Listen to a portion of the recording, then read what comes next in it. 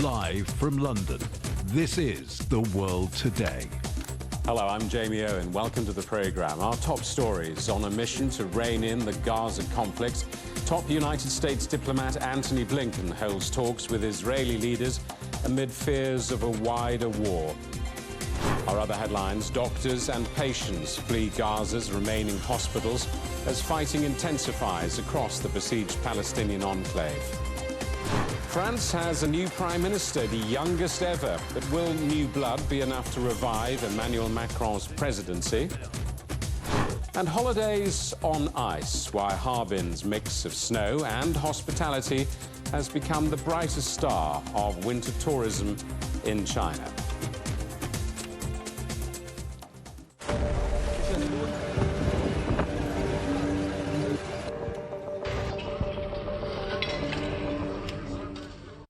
The United States top diplomat Antony Blinken has been holding talks with Israeli Prime Minister Benjamin Netanyahu in Tel Aviv as part of a mission to try to prevent this conflict in Gaza developing into a broader regional war.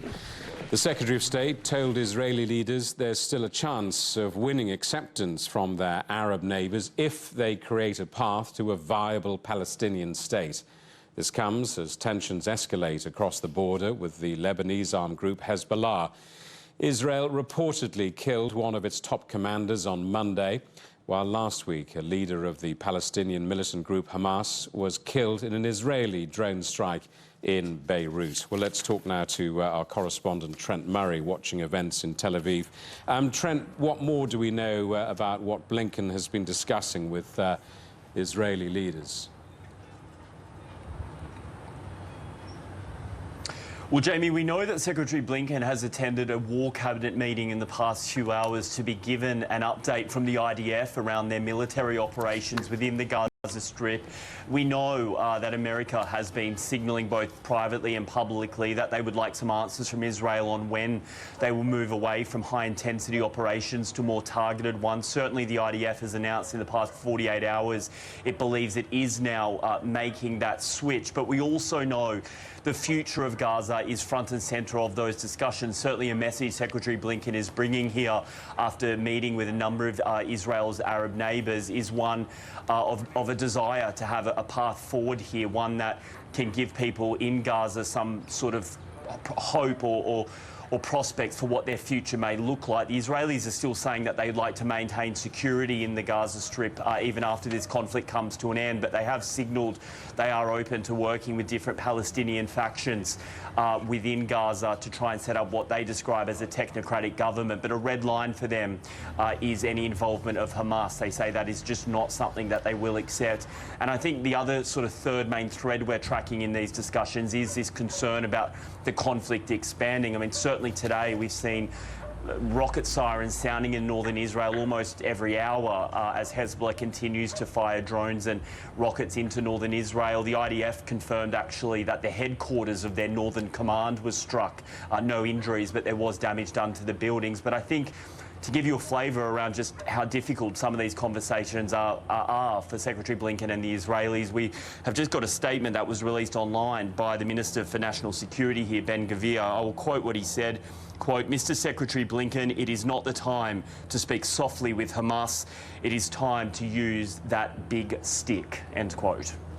Trent, we're seeing reports of an Israeli security delegation in Egypt for talks on hostages. Do you know any more? What more can you tell us about that? Yeah, well, these are reports that are coming from Al Arabi Al Jadid, which is an influential Arabic newspaper owned by a Qatari media company. And so we would imagine it's quite well sourced, given just how close Qatar has been to these negotiations. What the report suggests is that last night here, a senior security delegation from Israel travelled to Cairo in an effort to try and reinvigorate those discussions around trying to salvage and save, rather, the hostages that are still being held by Hamas in Gaza. There's over 120 of them. We know that those conversations had already been happening, but they were stopped after that alleged Israeli strike on the deputy leader of Hamas, Salah Aruri, in Beirut last week. After a 1 week cessation of negotiations, it would appear there is some desire here on the part of Tel Aviv to try and reopen them. Certainly there is internal and external pressure on Israel to do more to get those hostages home. Many of the families here, day 95 of this war, are increasingly vocal about what they perceive as a government's lack of interest in trying to get their loved ones home. Trent, thank you for that. Our correspondent Trent Murray in Tel Aviv. Well, the World Health Organization says hospital provision in southern and central Gaza is on the brink of collapse, with hundreds of people forced to flee medical facilities. This comes after reports that 600 patients, as well as healthcare staff, went missing from Al-Aqsa Hospital in central Gaza on Monday. International aid groups have left the hospital due to intense fighting nearby. Only about a third of Gaza's hospitals are now functioning, with services severely affected after months of Israeli bombardment. The World Health Organization says it's deeply concerned. Cannot lose these health facilities. They absolutely must be protected. This is the last line of secondary, tertiary healthcare that Gaza has. From the north to the south, it's been dropping. Hospital after hospital, seeing this humanitarian catastrophe unfold before our eyes. We're seeing the health system collapse at a very rapid pace. Hospitals closing, patients lacking access to health facilities, health workers being forced to flee. Japan's government has approved a $33 million aid package to deal with the aftermath of last week's earthquake. More than 200 people were killed when the 7.6 magnitude quake struck on New Year's Day. Thousands of people have been displaced. A meeting of Japan's disaster task force approved the cash payment on Tuesday to try to help local authorities with the cleanup effort, delayed by heavy snow. Votes are being counted in the final round of Bhutan's national parliamentary elections. Early results suggest the party of Bhutan's former prime minister, the People's Democratic Party, has won the most seats. The next government will become the Himalayan country's fourth since democracy was established 15 years ago. Economic growth has been a major issue, with chronic unemployment and mass youth migration. The president of the Maldives, Mohamed Muiz, has arrived in Beijing, where he'll hold talks with China's President Xi Jinping. Cooperation deals on tourism and infrastructure are expected to be signed during his state visit.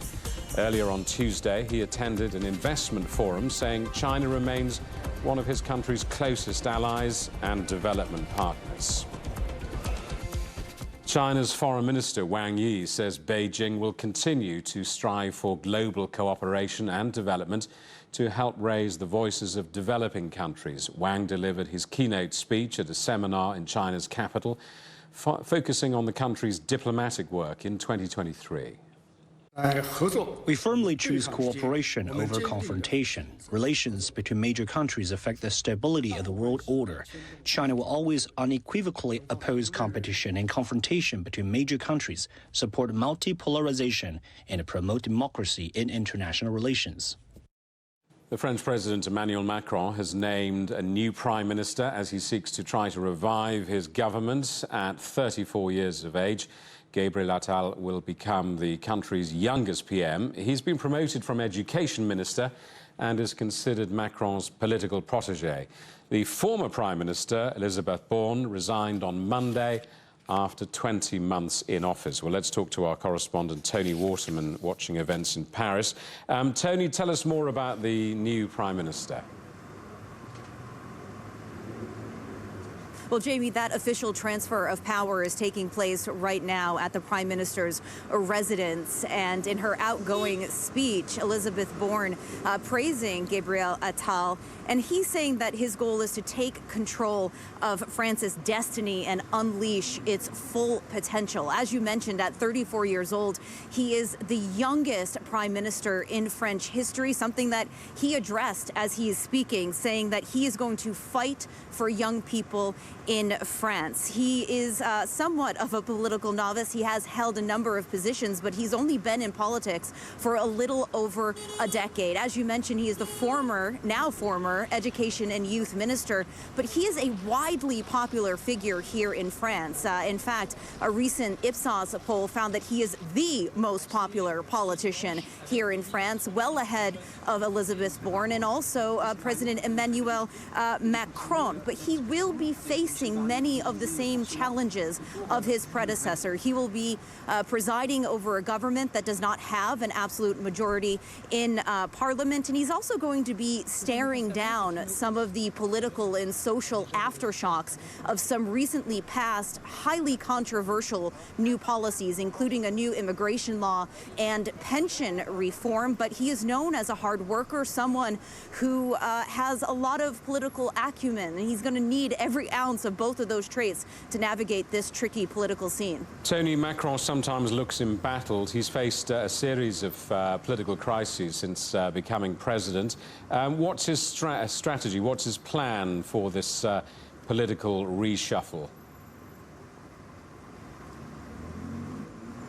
Well, you know, Elizabeth Borne had a very turbulent 20 months in her post. There was the pension reform that passed without a formal vote in Parliament that led to mass protests for weeks here in France. And then just last month, there was the immigration law that passed, again, highly controversial, and only passed because it had the backing and changes of the far-right party. Both of those policies have severely damaged and tarnished Macron's image and his party's image here in the country. So this appointment is all about injecting some fresh energy into his party as we approach European Parliament elections in June. And in a social media post after the announcement this afternoon, Macron said, "I know I can count on your energy and commitment to implement the rearmament and regeneration project I announced." And again, all of that energy is certainly needed as we stare down these elections coming up in June, because Marine Le Pen's far-right party is gaining in the polls, which are showing that they hold up to a 10 percentage point advantage over Macron's party. So this appointment and the reshuffling of other government positions that we are going to see later in the week is all about refocusing energy, bringing in fresh faces to revive Macron's centrist presidency. Tony, thank you for that. Our correspondent, Tony Waterman in Paris. You're watching CGTN. Still ahead, the gadgets we'll all be buying in the future. A sneak preview as the world's biggest tech event gets underway in Las Vegas.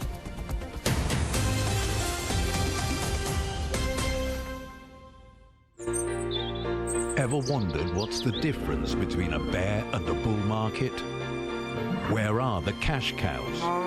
And who are the lame ducks? And what exactly are black swans? Grey rhinos? And unicorn companies? Make sense of it all with Global Business, only on CGTN. I think it should be more global cooperation. I would like to hear more the voice of the developing countries. Globalization has lifted more than 1 billion people out of poverty. The green transition has to happen. It's a necessity. Well, China and the United States are important powers in the world. What unites us is much more than what divides us. And I believe China is committed to this agenda. Join me, Juliet Mann, to set the agenda at these times every weekend on CGTN.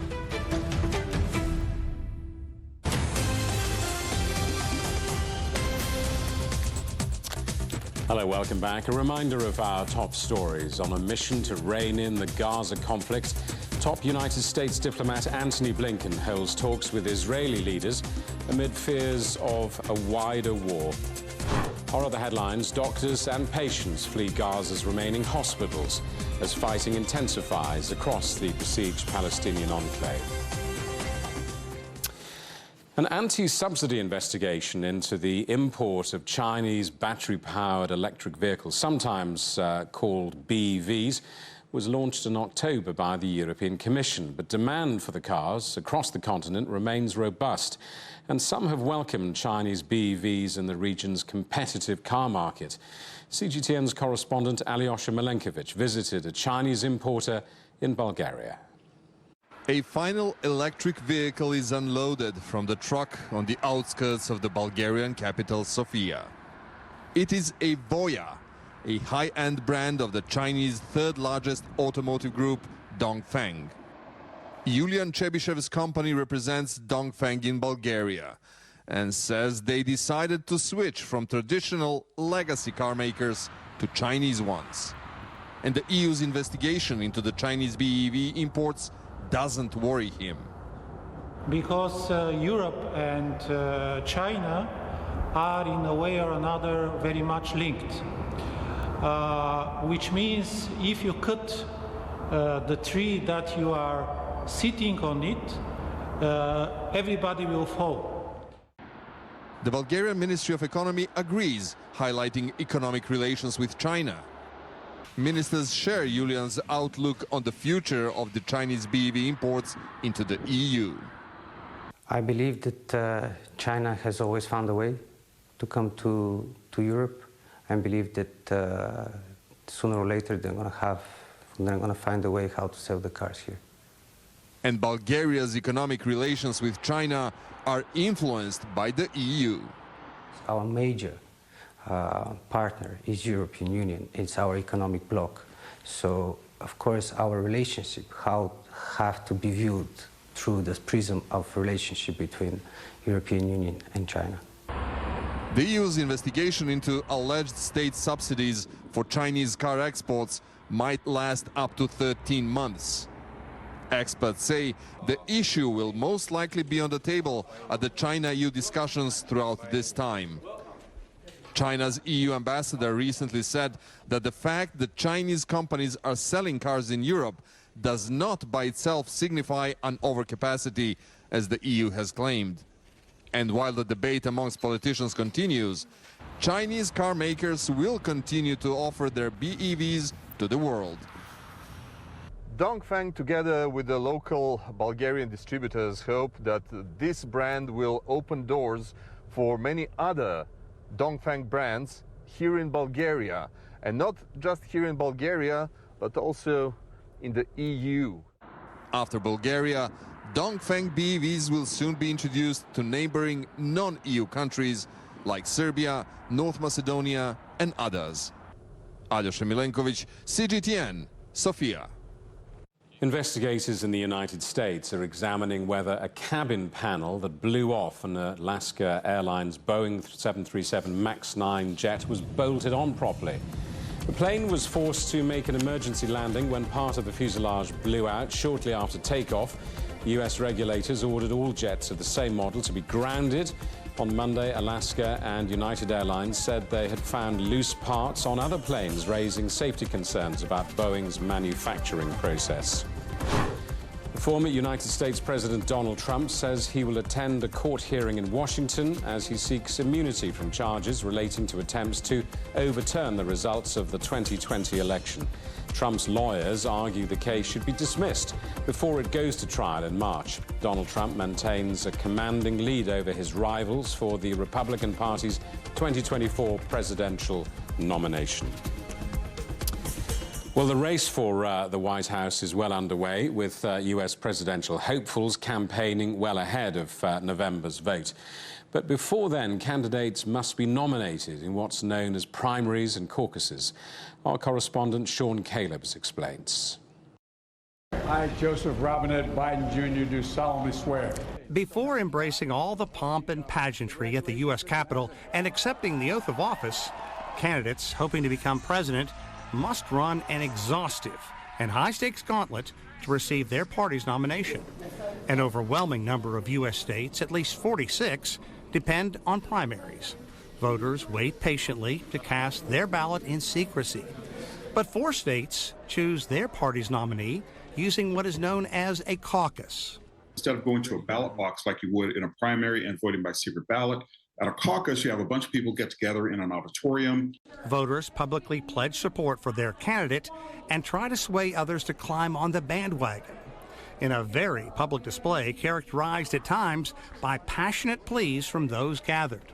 Instead of voting with a paper ballot or flipping a switch, you have people literally standing with one another, depending on which candidate they want to support. The caucus system has its critics. It's time-consuming, and voters must be there in person for a long time. Iowa traditionally holds the first major vote in the election season, and in a state nearly 90% white, is it a fair bellwether state for the most viable national candidate? The caucus system for Democrats melted down in Iowa in 2020. No winner was declared. It was a public embarrassment and the final straw for the party. The Democrats bailed on it because they got a lot of criticism from Black and Latino voters saying that that state is basically selecting who we as people of color get to vote for president. Why shouldn't a more diverse state get first dibs at deciding who gets the nomination? So Democrats will hold their caucuses in Iowa the same as Republicans, but with one big change. Caucus goers will not select and vote for their candidate in person. Instead, they will rely on a mail-in ballot, with votes being accepted from mid-January all the way through to early March. Critics believe the caucus system has perhaps run its course in the United States. And let's not forget that civility in U.S. politics has suffered as well in recent years, chiefly due to Donald Trump, his penchant for name-calling, and the rabid support of his fanatic base. I could imagine a scenario in Iowa caucus where people would not necessarily come to blows, but it could be heated and stop just short of that. Not exactly what the Founding Fathers had in mind when the United States democracy was created in the late 1700s. Sean Caleb's CGTN, Washington. Now, from barbecues that could be controlled from your smartphone to tech that could improve your golf technique, some of the newest inventions in personal electronics are on show at the CES in Las Vegas. Our correspondent Mark New reports. At CES Unveiled, tech companies provide a glimpse of new products vying to shake up the market. The showcase floor is filled with everything from holographic portals to electric motorcycles that can go from 0 to 60 miles per hour in 2.5 seconds. If you change lanes, it will automatically show you the video feed from the cameras, because this new model comes with 6 cameras that provide 360-degree view in a motorcycle for the first time. With great power comes great responsibility, and that's why we wanted to make our motorcycles the safest in the industry. Electric power is also being used by completely different product categories for safety and efficiency. The current dual-zone electric grill can be controlled with a smartphone. It will tell me exactly what temperature to set the grill at. I can put the food on. It will remind me when to flip it. It will remind me when it's done, so that I don't burn anything. I get those perfect foolproof results. So it's 0 emissions, and it's also 6 times more cost efficient than propane grilling. What we're seeing is a lot of companies are starting to design products in a way that are sustainable, that help the earth, help the environment, and then lastly, accessibility. So what we're starting to see is a lot of companies are designing products with more that are more aimed at an audience that might require accessible type features. This device uses pulleys, motors, and AI to help people with muscle weakness walk using 10% less energy. So you could walk for miles and miles without getting tired? Sure. But we made this device not for me, but for elderly people. The company Herotics has other products that claim to help people run faster. Guyuk says they've tested athletes that have run 200 meters up to 3.4 seconds faster using their device. If someone exceeds their limitation at once, they can do better. They can run better without that device. That's kind of muscle memory effect. That thing is already proved in the sport training.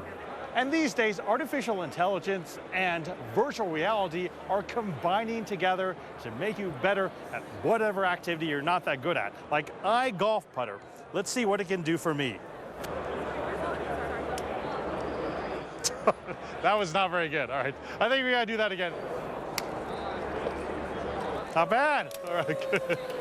All the things captured about the ball information: speed, velocity, angle.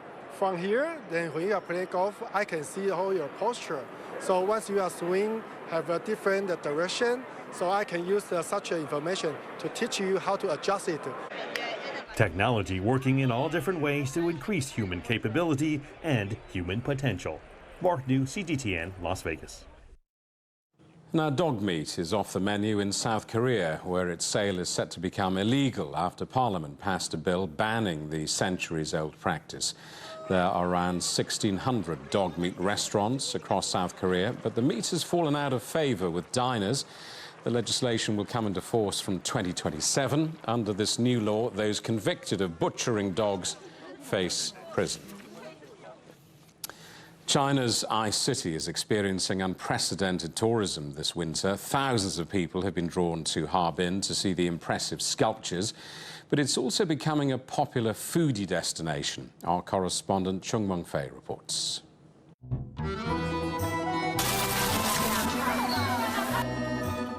Opening at 5 a.m., this market caters to locals, but its charm now attracts visitors from far and wide. Good morning. Good morning. Have you ever seen so many people here? No. Cameraman's having a hard time finding me among all this crowd. I'm gonna take a random test to see where they're all from. Hello there, where do you come from? 我是辽宁的。杭州。广州。广州，哇哦。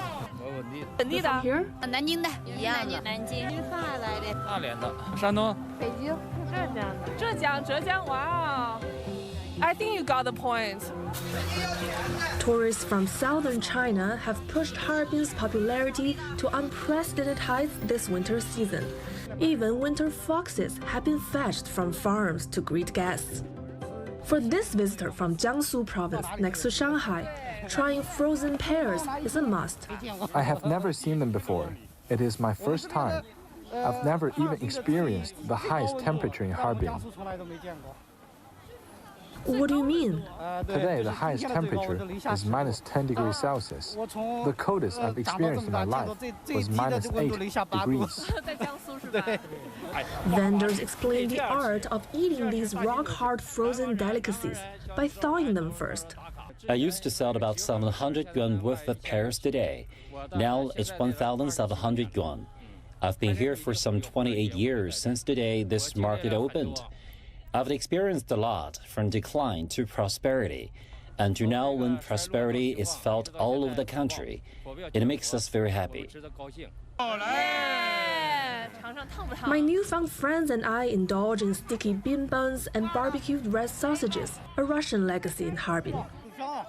Portions are generous and prices cheaper than back home. Do you guys think Harbin is popular right now because Southerners like you have never been to the Northeast? No. Why then? It's because the people here are so hospitable. The cab drivers were welcoming. The airport workers are welcoming. The hotel staff are welcoming. The vendors are welcoming. People are not welcoming where you come from? It is not that they aren't hospitable, but it just feels like something is missing. What are you doing? Keeping myself warm. Will you come back? Definitely. Why? Originally, I was going to bring my parents, but they didn't come because they were afraid of the cold. So I came by myself to get used to it first, and it feels okay. It seems to feel warm in the heart is all that matters to these faraway guests.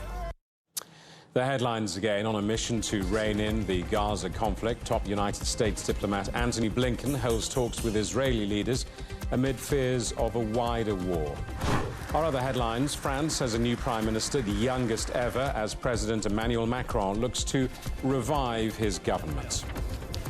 And that is The World Today. Thank you for watching. We're back with more news at the top of this hour. Coming up next, it's World Insight.